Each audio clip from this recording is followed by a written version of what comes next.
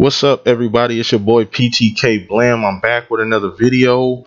First off, I want to start the video by saying I appreciate the love that everybody's been showing me the past couple of days with my two videos I have up.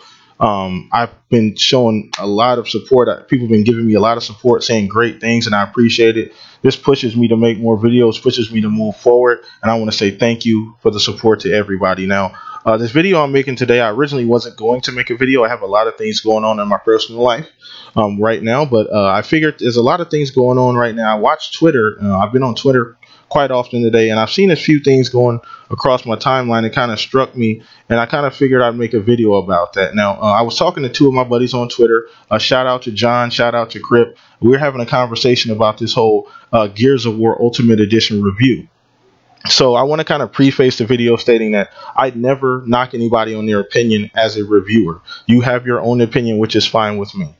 So I want to kind of piggyback off of that. Now, this Gears of War game, first of all, let's start there.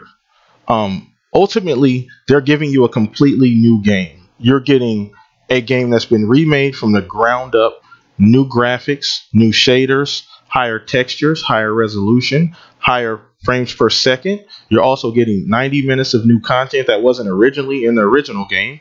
You're also getting dedicated servers for multiplayer. You're also getting all the DLC maps that were included originally. You're getting all those too. So they're pretty much giving you everything that any huge Gears fan would want, on top of remaking the game graphically from the ground up. It's pretty much like a fan service, kind of like what 343 did with the Master Chief Collection. And I think that's fantastic. I feel like, personally, if you're going to remake a game of that caliber, like a Master Chief Collection or like a Halo, like a Gears, that's the way you do it. I really feel like those two games are setting the gold standards on how games should be remastered or remade, rather than just kind of a polish, up-res, and then they kind of just put it out there and say, here's a brand new game remastered 1080p, 60 frames per second. So I wanted to kind of start there. So I did see a few articles come across my Twitter today. One in particular was from a reviewer at Giant Bomb. I don't remember the guy's name in particular, but he gave the game a worse score than the actual original Gears of War.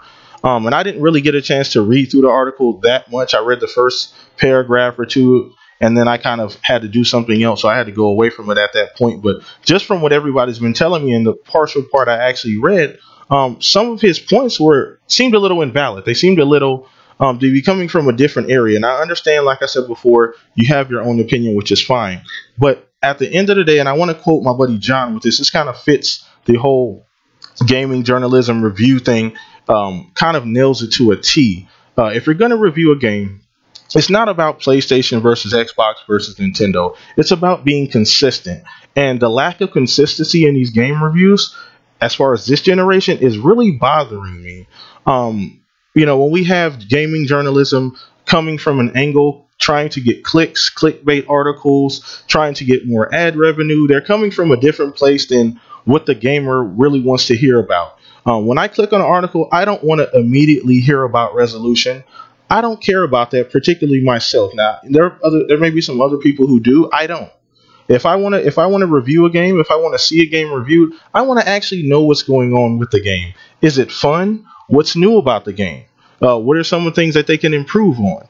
Now, I don't want it coming from a standpoint to where you're looking at this like, how many clicks can I get for this article? I feel like that's kind of this generation in a nutshell.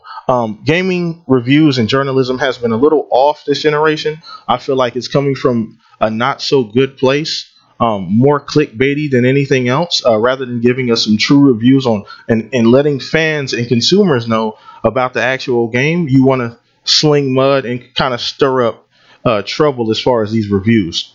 So like I said, the Gears of War game came out, and I just stated earlier about everything the game was giving you. I mean, I feel like the Master Chief Collection and Gears Ultimate Edition at this point are the gold standards of what a remade game should be.